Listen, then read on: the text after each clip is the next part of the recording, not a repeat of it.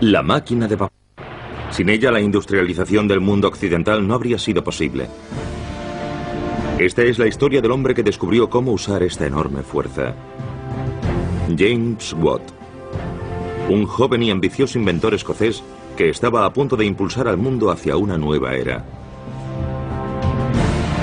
Su visión era dominar la potencia del vapor para producir energía. La máquina de Watt está funcionando en los límites de la tecnología de la que dispone. Rivales poderosos y conspiradores taimados se interpusieron en su camino. Su sueño estaba en el filo de la navaja.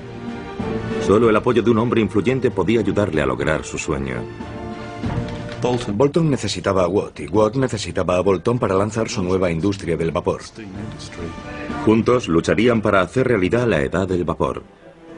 E incluso hoy en día sus esfuerzos siguen siendo la base de la mayoría de los dispositivos de tecnología punta para suministrar energía al mundo.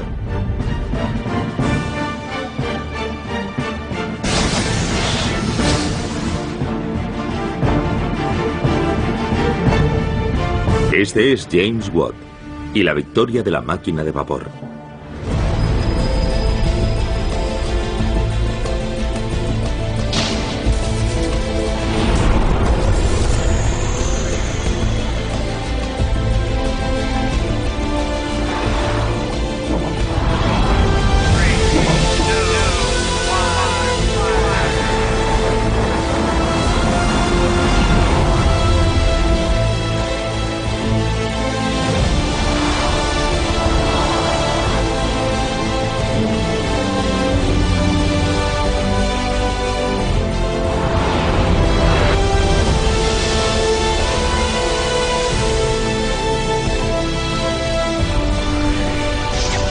Misión X, episodio 4.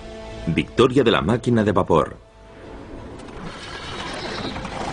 Inglaterra, 1775. La luna llena ilumina la noche y un grupo de personas que comparten inquietudes se reúnen en Birmingham. Son miembros de un club exclusivo conocido como Sociedad Lunar. Esta noche, James Watt será aceptado en este distinguido círculo. La sociedad es muy especial en cuanto a quién acepta como miembro. Watt es un simple fabricante de instrumentos y está a punto de codearse con algunos de los científicos, ingenieros y teóricos más influyentes de Inglaterra. El anfitrión de la reunión es Matthew Boulton, un empresario rico y poderoso. Bajo su techo, las mentes más preclaras de Inglaterra debaten sobre ciencia, filosofía, comercio y artes. Son debates que dirigirán el futuro del país. Esta noche James Watt presentará su nuevo invento. Estas ideas revolucionarias convertirán a Watt en uno de los mayores pioneros de la revolución industrial. Todo comenzó 18 años antes, en la Universidad de Glasgow, cuando un grupo de profesores acudió al rescate de Watt. No solo pusieron un techo sobre su cabeza, sino que cambiaron su vida. James Watt había estudiado fabricación de instrumentos durante un año y quería establecerse en solitario. Pero las estrictas reglas de su gremio no lo permitían. Exigían que cumpliese un aprendizaje de 7 años. De modo que los profesores le ofrecieron la oportunidad de montar su taller dentro de la universidad. Entonces, en 1763, le ofrecen una oportunidad que marcará su futuro. Los profesores de la universidad le piden que repare la maqueta de una máquina de vapor primitiva.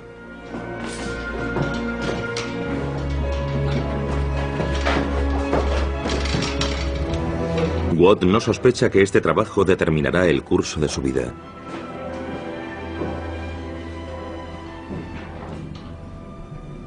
Gradualmente fue transformando este juguete, este aparato, en un objeto científico.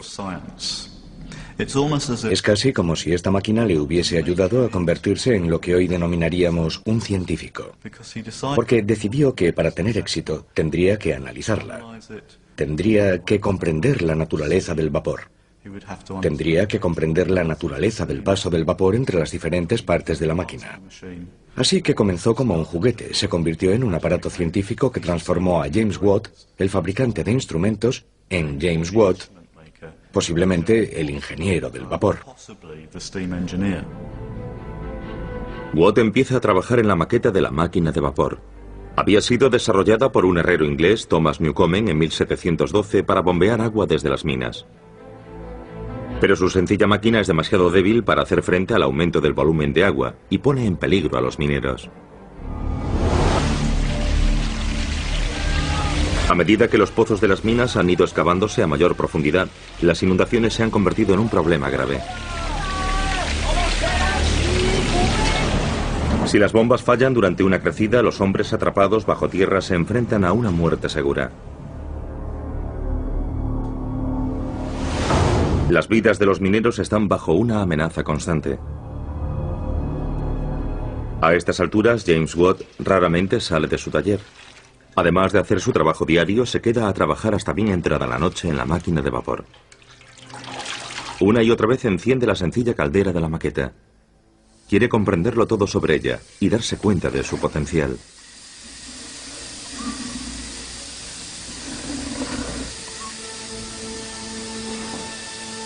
Watt cree que puede mejorarla. Quiere desarrollar una máquina de vapor mucho más potente para las minas que consuma menos carbón y ofrezca un mayor rendimiento. James Watt tiene una corazonada. El futuro pertenece al vapor.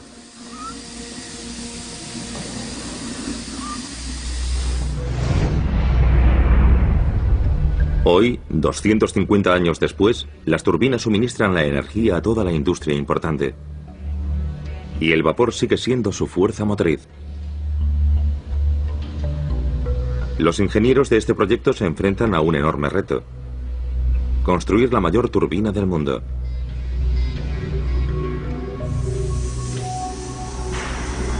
Se trata de un proyecto prestigioso en el que se usa la tecnología más avanzada. Pero a pesar de ello, el montaje final debe hacerse a mano.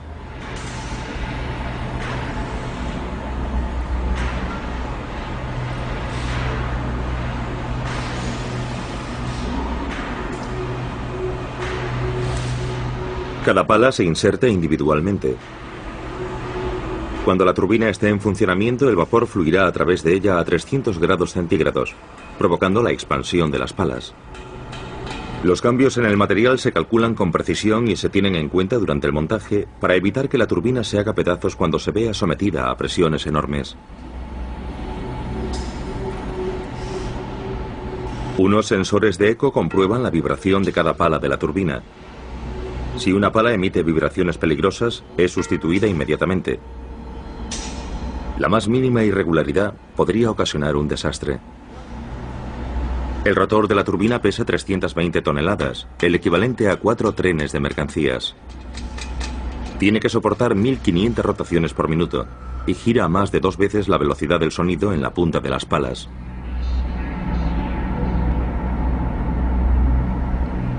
La potencia liberada es comparable al peso de un Airbus A380 colgado de cada pala. Estas fuerzas eran totalmente inimaginables en tiempos de Watt.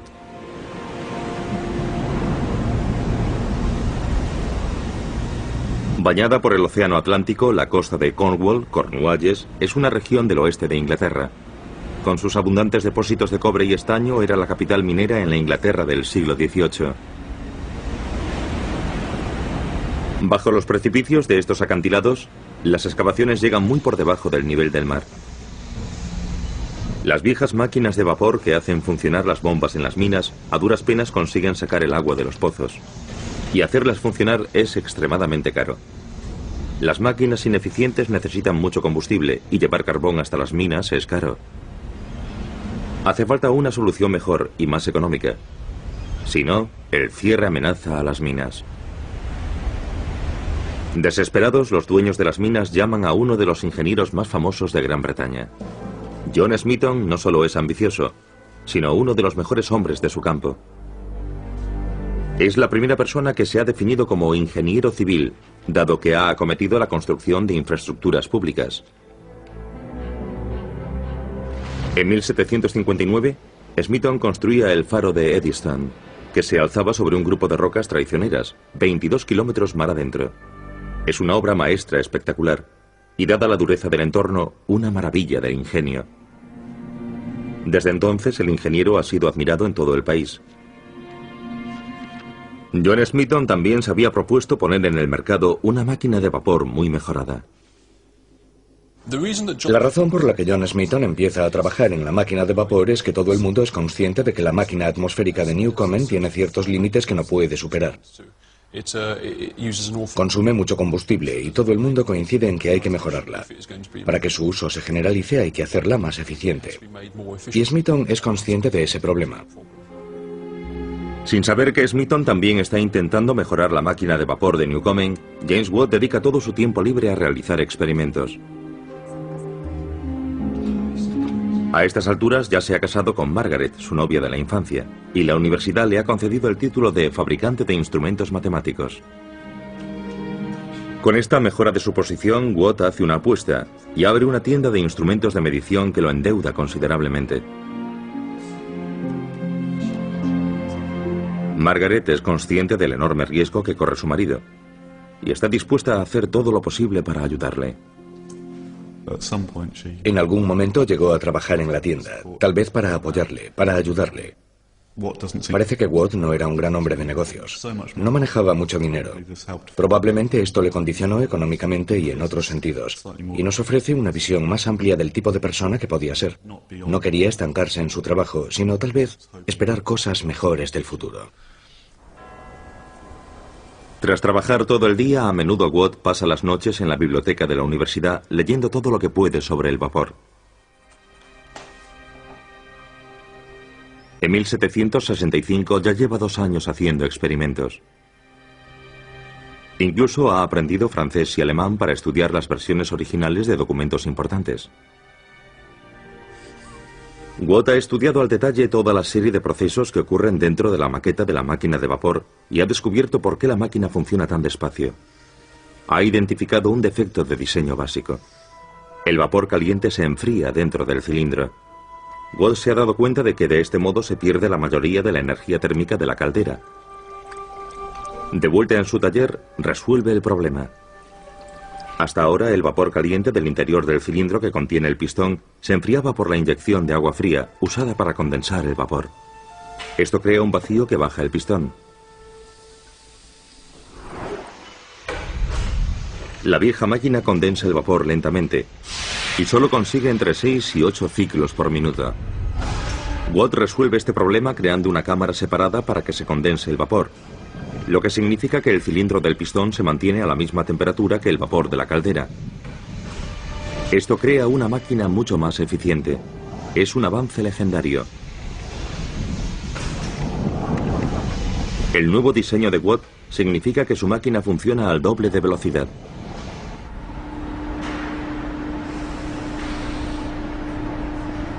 Lo que comenzó en el taller de James Watt hace 250 años sigue ocupando a ingenieros de todo el mundo. La búsqueda de la máquina de vapor perfecta. Hoy son las turbinas las que usan la potencia del vapor, fundamentalmente para la producción de energía eléctrica. Ingenieros y especialistas de montaje esperan ansiosos en una sala de turbinas alemana. Es un momento crucial. La enorme turbina se encaja en su cubierta. El más mínimo error podría amenazar meses de trabajo.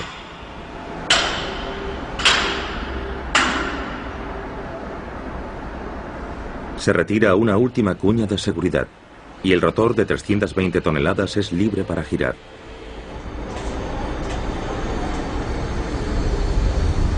Una prueba de giro pronto demostrará si todas las piezas se han montado correctamente. Paulatinamente, la enorme turbina se pone en movimiento. Todo parece marchar según lo previsto. Al igual que James Watt, los ingenieros modernos siguen buscando la forma más eficiente de convertir la energía térmica en movimiento. Hoy, un 80% de la electricidad se produce por medio de turbinas de vapor usando combustibles fósiles o en reactores nucleares. El resto procede de la energía hidráulica, eólica o solar. Se estudian y prueban aleaciones especiales. Para el eje de una turbina solo sirven los materiales del grado más alto. El acero se forja trabajosamente para refinar las preformas. Es un proceso lento que dura 3 semanas. Este peso pesado de 100 toneladas se convertirá en el elemento central de la mayor turbina del mundo, que medirá 15 metros, el equivalente a un edificio de 5 pisos. El eje es un producto de ingeniería único, diseñado para resistir las máximas tensiones. Es una obra maestra de acero, que supera con creces todo lo que Watt hubiera podido soñar en su época. James Watt es consciente de que su rival, John Smeaton, le pisa los talones.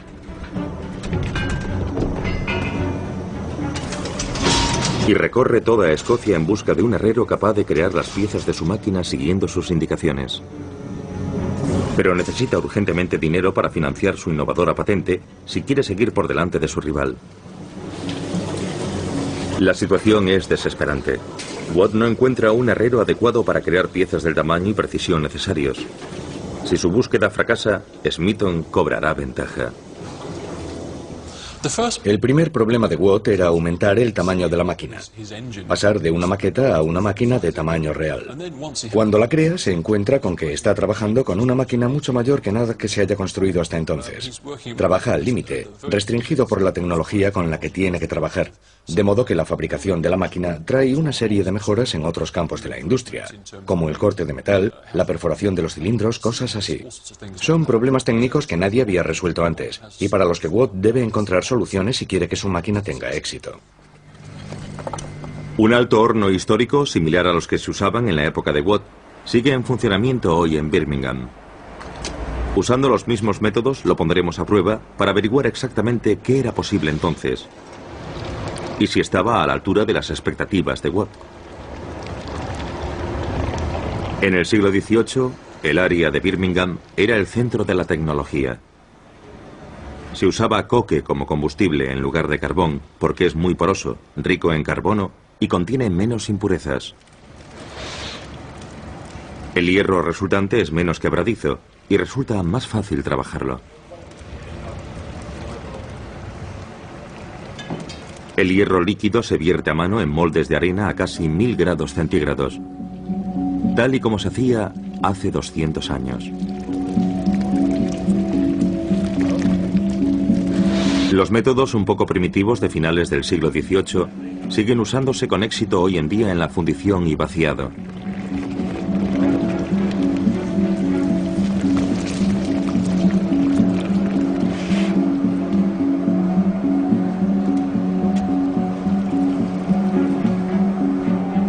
Los vaciados se dejan enfriar 2 horas antes de inspeccionar su calidad.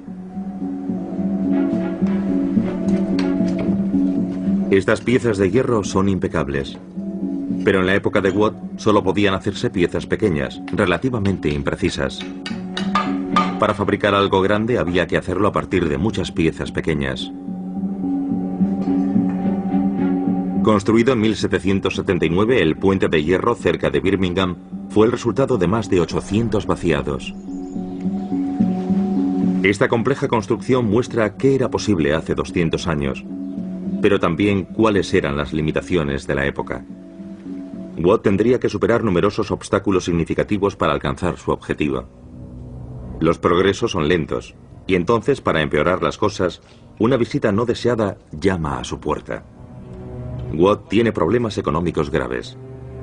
Ha pedido prestado mucho dinero para montar su negocio, y su socio desconocido ha muerto de forma inesperada.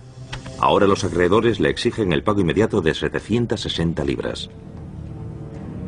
Watt apenas gana 1 o 2 libras a la semana. Es una deuda enorme. Watt se ve obligado a buscar otro empleo. Afortunadamente, Gran Bretaña está experimentando un crecimiento económico constante. Se necesitan nuevas vías fluviales para transportar las mercancías y materias primas desde el sur de Inglaterra hacia el norte, hasta Escocia. El trazado de estos canales debe ser planificado y medido con precisión. Y Watt es el hombre ideal para el trabajo. Hace poco ha inventado un instrumento para topografía. Rápidamente solicita el puesto de topógrafo en uno de los proyectos de construcción de los canales. Convence a los clientes de que su instrumento de topografía óptico puede ahorrarles tiempo y dinero. Impresionados por el talento de Watt, le dan el empleo. En los siguientes años consigue evitar la bancarrota. Pero sus pensamientos siguen en la máquina de vapor, aunque su rival Smithson ya ha hecho grandes progresos. Entonces, en 1768, tras un duro día de trabajo, James Watt vuelve a casa y encuentra a un extraño esperándole en su taller. Esta reunión cambiará la dirección de la vida de Watt. El extraño se presenta como John Roebuck, hombre de negocios e inversor. Roebuck buscaba una solución a su problema. Tenía una mina de carbón y problemas para sacar el agua del pozo usando la máquina de Newcomen.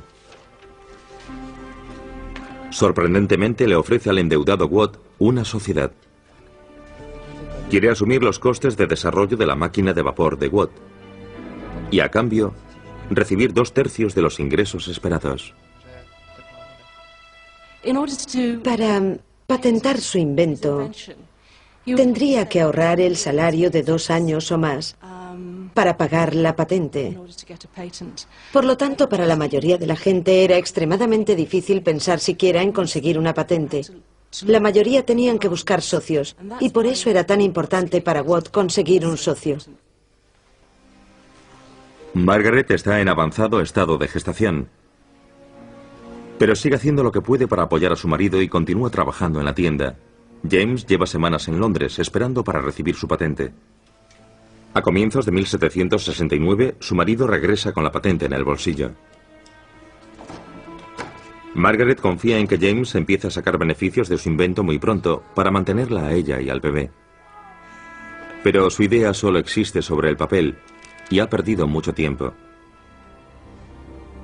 En cambio, Smithson ha cobrado ventaja.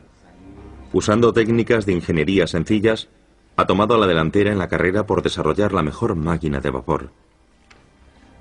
Simplemente ha mejorado la interacción de los componentes individuales y ha aumentado la eficiencia de la vieja máquina.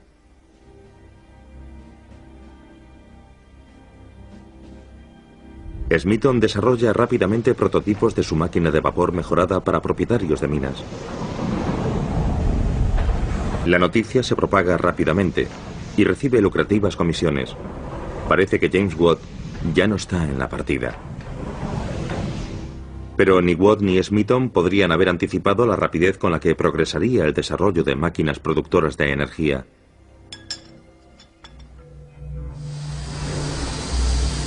Hoy, los robots han revolucionado la producción de las partes de una turbina.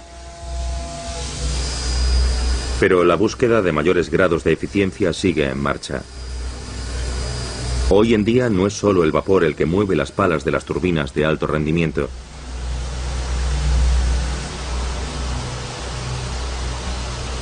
Las plantas energéticas que combinan vapor y gas han establecido nuevos estándares.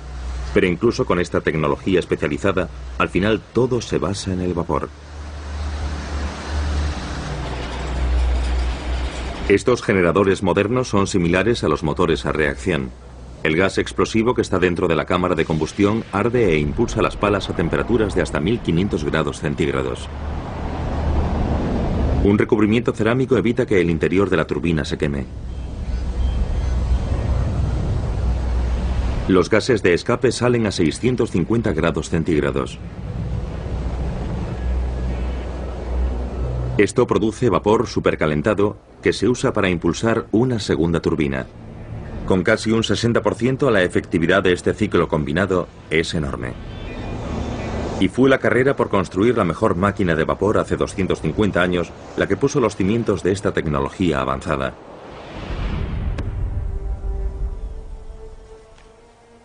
Una vez más, James Watt tiene que dejar de trabajar en su máquina de vapor. Ha recibido una oferta para otro trabajo como topógrafo, y dado que su mujer vuelve a estar embarazada, sabe que no está en posición de rechazarla. Desesperado, escribe a un amigo: tengo una mujer y un hijo. Mi pelo está empezando a encanecer. y no ha hecho nada para asegurar su futuro.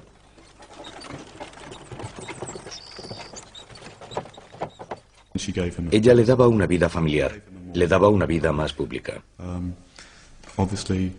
Obviamente creaba un entorno al que invitaban a sus amigos y demás. Le dio hijos a los que él amaba profundamente. En septiembre de 1773, James Watt está trabajando en una región remota de Escocia cuando se produce la tragedia. Recibe la noticia de que su esposa se ha puesto de parto con varios días de antelación y que ha habido complicaciones. Regresa a Glasgow lo más rápido posible para estar a su lado.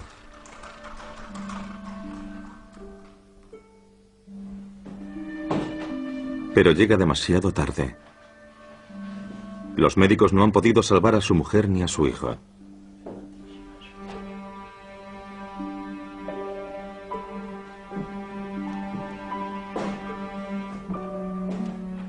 El mundo de Watt se desmorona. Su amada esposa Margaret ha muerto durante el parto. James Watt se culpa por ello.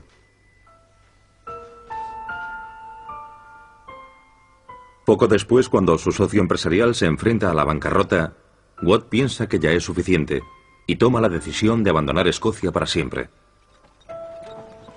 El preocupado inventor se instala en el sur de Inglaterra, donde espera tener un nuevo comienzo, para él y para su máquina de vapor.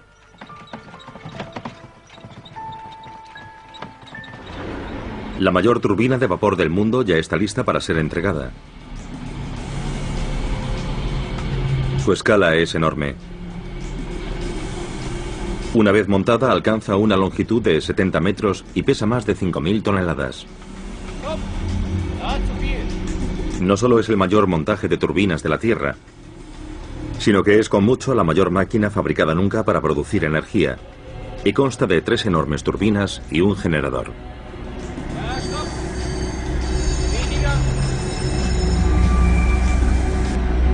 En una isla frente a la costa finlandesa se construye la primera central nuclear de Europa Occidental desde el desastre de Chernóbil en 1986.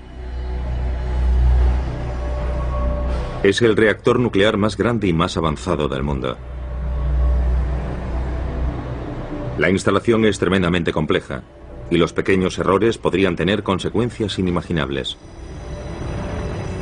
Es un laberinto de tecnología punta de tuberías a presión y válvulas de seguridad.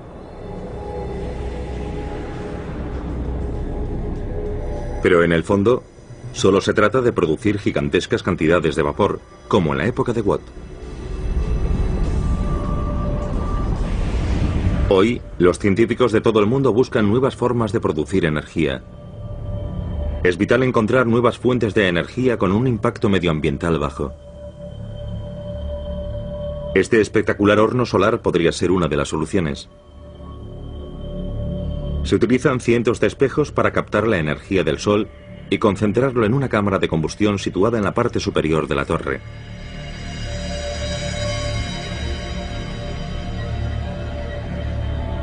Puede parecer futurista, pero no es más que una máquina de vapor moderna. Un horno solar no es más que una central de energía convencional, en la que la cámara de combustión en la que normalmente quemaríamos carbón o petróleo ha sido retirada y sustituida por una caldera solar.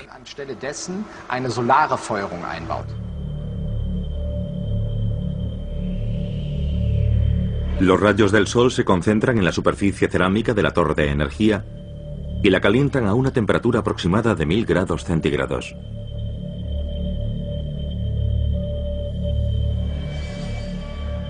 El aire que fluye a través de los poros de la superficie cerámica se calienta a más de 700 grados centígrados.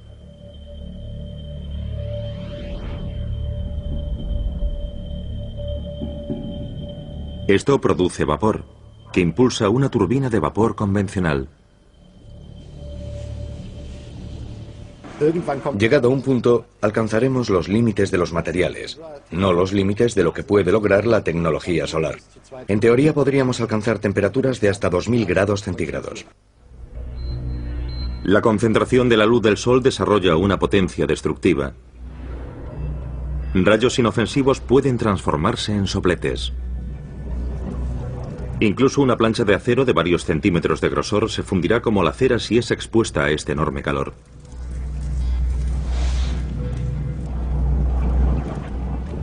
Los científicos del Instituto Solar de Jülich, Alemania, están desarrollando materiales altamente resistentes al calor.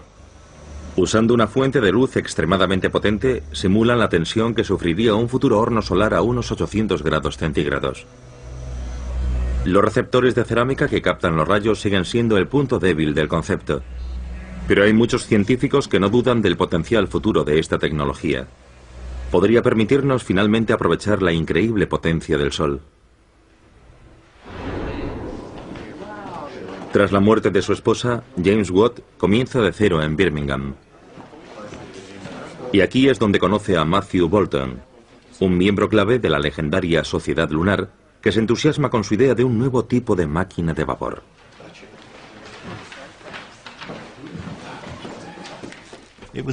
Fue una relación muy fructífera. Samuel Smiles, el historiador de tecnología y biógrafo del siglo XIX, escribió que Boulton y Watt eran como la noche y el día, pero que tenían una especie de relación simbiótica. Boulton necesitaba a Watt y Watt necesitaba a Boulton, ambos en términos de personalidad, pero también en términos del tipo de habilidades que podían aportar para lanzar conjuntamente esta nueva industria del vapor. Boulton tiene muchos amigos influyentes, y uno de ellos podría ayudar a Watt a resolver sus problemas. Conocido como el rey de los herreros, John Wilkinson ha revolucionado la producción de cañones. En lugar del método tradicional de vaciar un cañón de una sola pieza con un núcleo, ha desarrollado una técnica de mandrinado nueva, clave para lograr un cañón más seguro y más preciso.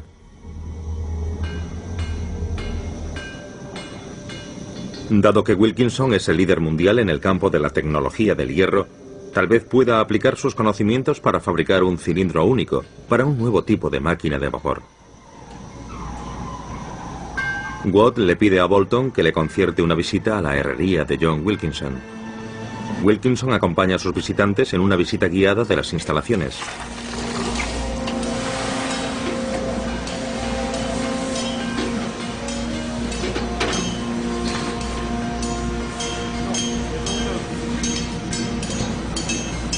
Impresionados, Boulton y Watt están convencidos de que es el hombre ideal para fabricar el cilindro que con tanta urgencia necesitan. Watt envía los planos a Wilkinson, que se pone a fabricar primero el pistón. Sus operarios enrollan cuerdas de cáñamo alrededor del pistón. Las cuerdas se hinchan cuando entran en contacto con el vapor, proporcionando una capa aislante entre el cilindro y el pistón.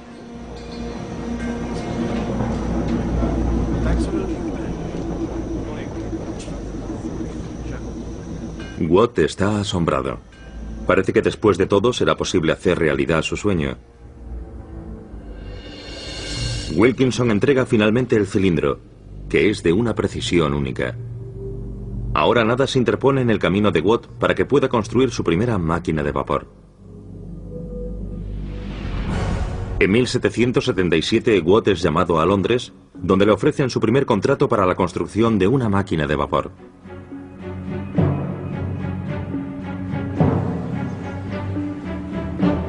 En apenas unos meses monta su obra maestra tecnológica y recibe grandes elogios.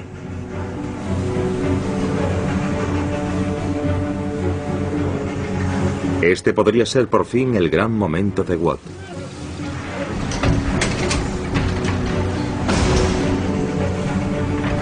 Pero sus clientes quieren probarla.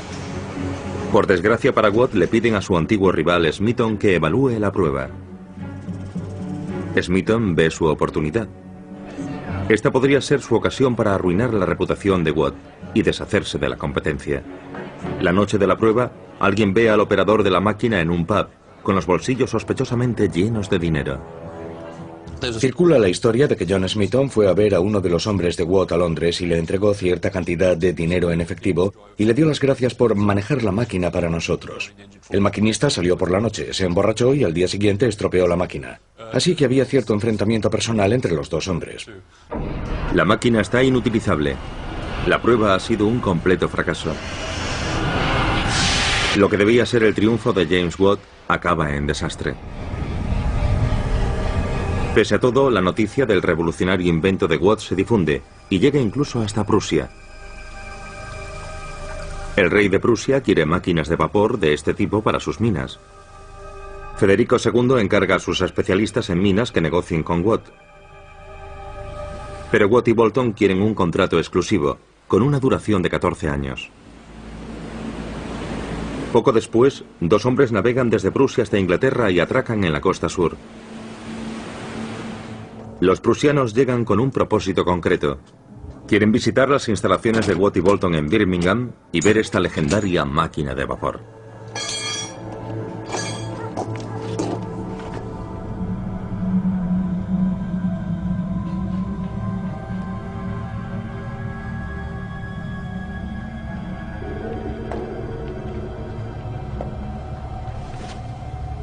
No se sienten decepcionados.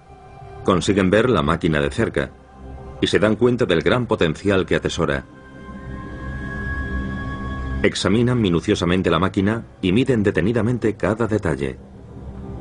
Pronto zarparán de vuelta a Prusia. Por el camino, un agente desconocido les espera para que le entreguen los planos de la máquina de vapor de Watt.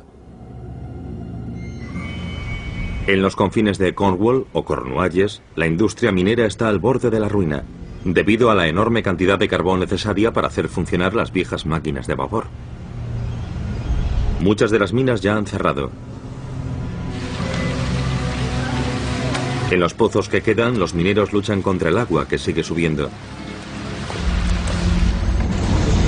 Las ineficaces máquinas de vapor bombean día y noche, consumiendo toneladas de carísimo carbón. Watt ve su oportunidad ante esta situación cada vez más desesperada. Cree que puede convencer a los dueños de las minas de las ventajas de su máquina. El ingeniero viajará hasta Cornualles armado con un ingenioso plan empresarial. No solo quiere que los propietarios de las minas compren sus máquinas de vapor. Además quiere que le paguen un canon por usarlas. Pero todo esto solo supondría un tercio de la cantidad que pagan actualmente por mantener en funcionamiento sus máquinas ineficaces. Para ayudarle a vender su máquina de vapor, Watt ha creado una nueva unidad de medida, el caballo de potencia, para demostrar claramente el poder de su invento. Crea una equivalencia entre la fuerza de los caballos y el poder de sus máquinas. Su idea funciona y enseguida vende sus primeras máquinas.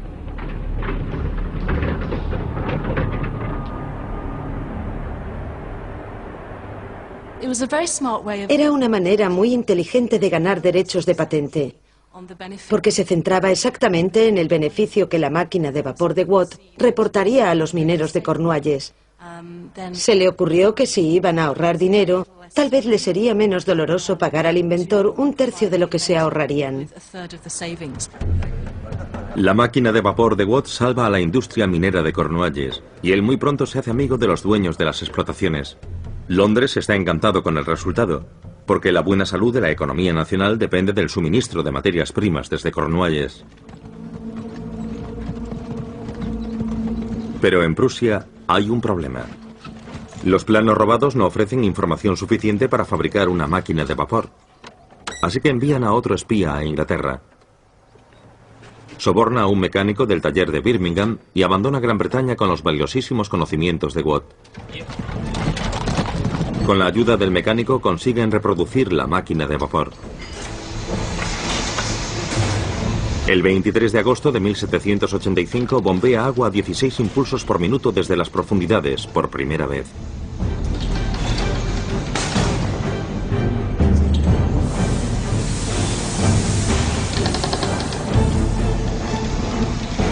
Lo hace al sur de Magdeburgo, en suelo prusiano. No es una sorpresa que el cliente del espía sea miembro de los círculos más influyentes del Estado.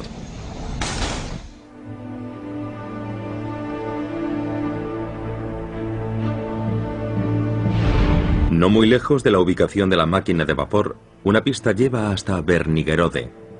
Aquí se guardan documentos secretos prusianos, entre ellos algunos relativos a operaciones mineras. Podrían ofrecer alguna pista de este espectacular caso de espionaje internacional. El responsable del archivo repasa documentos que se remontan al siglo XVIII y que podrían contener pistas de la identidad del misterioso cliente.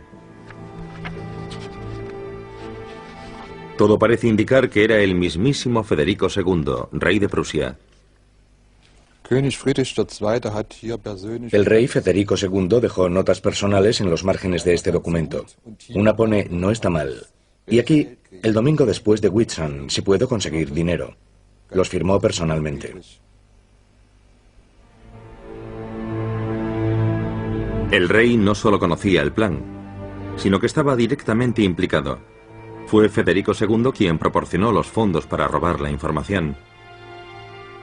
Todo se había planeado meticulosamente con el objetivo claro de evitar la patente de Watt. A pesar de su éxito en Cornualles, Watt y Bolton tienen dificultades económicas. Sus ingresos no cubren los enormes costes de desarrollo de la máquina de vapor. Watt sabe que su máquina es capaz de mucho más que mover las bombas de los pozos de las minas. Si logra plasmar todo su potencial, podría ganar una enorme cantidad de dinero. Hasta ahora, solo las norias han logrado producir el movimiento giratorio constante que necesitan las máquinas. Pero esta técnica antigua tiene numerosas desventajas. La energía hidráulica solo está disponible donde hay agua. Y las norias dependen del nivel del agua. Los veranos secos o los inviernos gélidos pueden interrumpir la producción. Ahora todos los fabricantes buscan una solución que les permita formar parte del boom económico. En este momento, Gran Bretaña está inundada de algodón y hace falta urgentemente una fuerza motriz fiable y eficiente para mover los telares y máquinas de hilar. Pero el movimiento de bombeo lineal de la máquina de vapor tendrá que convertirse en movimiento giratorio. La solución obvia sería usar un cigüeñal, pero ya está patentado y Watt no quiere pagar derechos de uso. Así que desarrolla una alternativa inteligente. Un engranaje planetario, una rueda dentada fija en el extremo de la varilla de bombeo, gira alrededor de una rueda dentada giratoria colocada en el árbol motriz. El movimiento de bombeo se convierte en un movimiento circular constante y potente, necesario para hacer funcionar la rueda. Este invento provoca enormes cambios. Los fabricantes de telas invierten su dinero en máquinas de vapor. En Birmingham no dejan de llegar pedidos.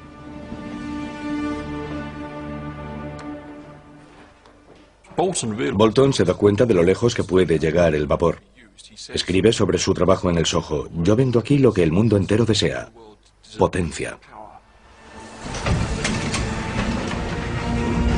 La transformación de la máquina de vapor llevada a cabo por Watt fue una innovación clave para la revolución industrial. Con su invento cambia la imagen del mundo. Ahora las máquinas sustituyen al músculo humano a una enorme escala.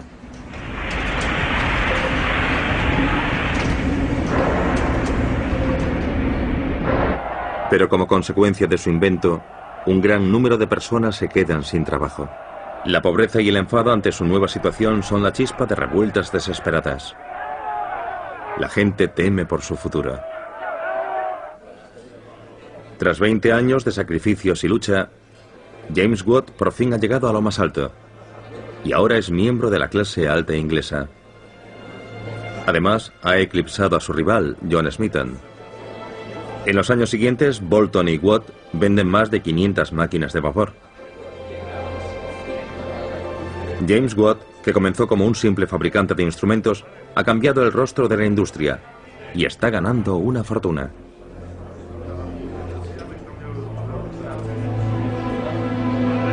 Entonces, Wilkinson, el herrero, exige una parte mayor en los beneficios. Boulton y Watt se la niegan. Ya no necesitan de su habilidad y ambos socios construyen su propia fundición, más moderna.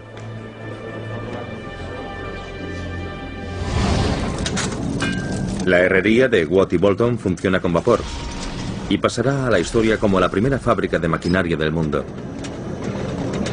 Admiradores como el zar ruso viajan desde muy lejos para contemplar esta maravilla de la modernidad.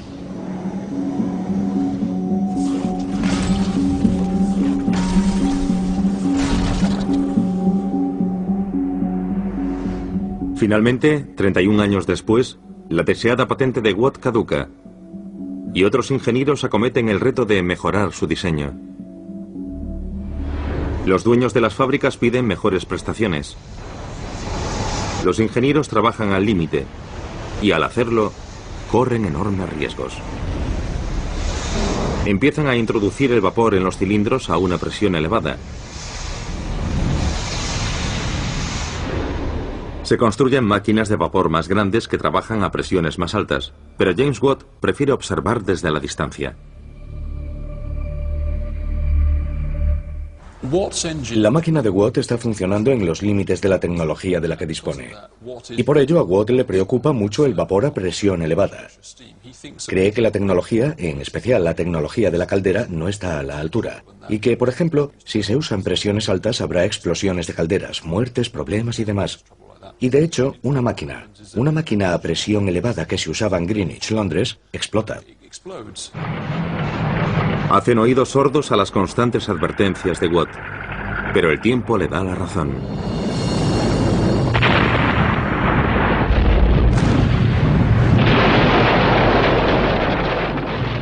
Entre 1800 y 1870, 5.000 personas pierden la vida en 1.600 explosiones de calderas en Inglaterra. A pesar de todo, el progreso del vapor a presión elevada es imparable. La potencia del vapor revoluciona completamente el transporte. Enormes buques de vapor navegan de un continente a otro a una velocidad increíble. Y las locomotoras de vapor viajan con una potencia y velocidad inimaginables anteriormente.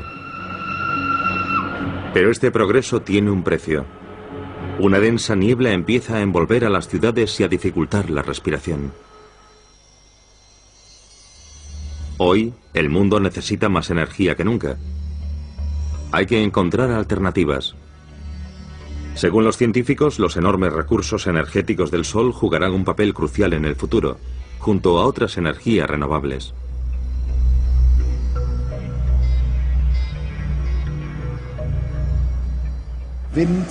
Las energías eólica, solar y geotérmica tendrán que hacer su contribución para cubrir la enorme demanda que tendremos en el futuro, para permitir que nuestras sociedades sigan desarrollándose.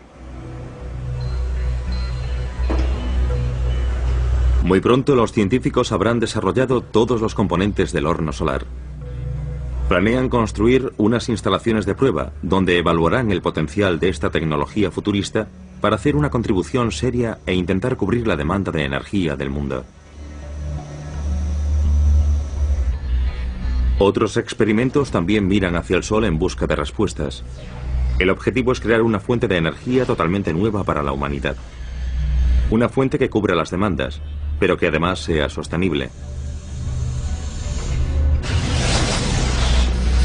Más de 250 años después del innovador invento de Watt, se investiga sobre una nueva forma de producir vapor con tecnología punta.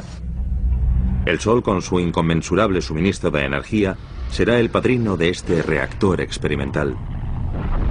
Si se consigue controlar la potencia de la fusión nuclear, podría producirse vapor suficiente para mover enormes turbinas. Todavía hoy, el poder del vapor juega un papel crucial en la carrera para producir energía. Y todo comenzó con James Watt. Su invento sencillo e ingenioso. Usar un condensador separado dio comienzo al dominio del vapor como fuente de energía. El gran inventor escocés murió rico el 19 de agosto de 1819 y está enterrado en Birmingham. A su muerte, la Asociación Británica le honró dando su nombre a la unidad de energía eléctrica, el vatio. Y hoy el nombre de Watt se puede encontrar en casi todas las bombillas del mundo.